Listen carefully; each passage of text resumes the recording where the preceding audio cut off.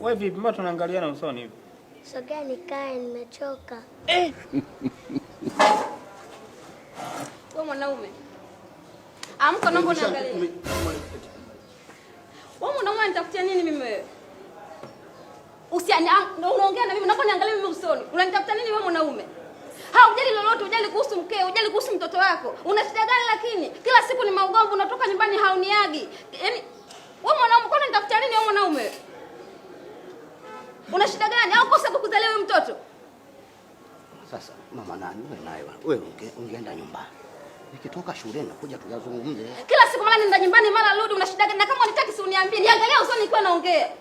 Una shida gani wewe mwanaume? Kuna kitu gani kibaya bwana nimekufanyia mwanaume? Naomba niangalie usoni naongea. Wewe bwana sema wewe vipi bwana wewe? Vipi wewe? Unasemaje? Tuna sinipanisha hasira samani. Wewe mwanaume, naomba niangalie vizuri. Na kama umenichoka bwana uniambie niende kwetu. Watu sijao umenielewa? Mama nani hapa? Niko darasani. Kwa hiyo kama kwa darasani, nahitaji utulivu.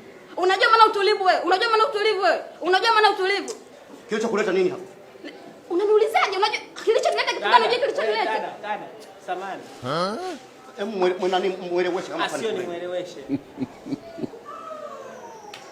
Ulilazimisha uelewe naye.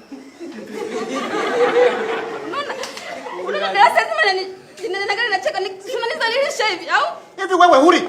Sio kula shida ni kula kwani? Wewe unanijali, unajali kuhusu mimi wewe? Unajali kuhusu familia yako, unajali? Sijamnunulia soda huyu. Kwa hiyo wewe soda ndio maana huduma ya baba kumpa mtoto. Ndio huduma ambayo inastahili ni soda.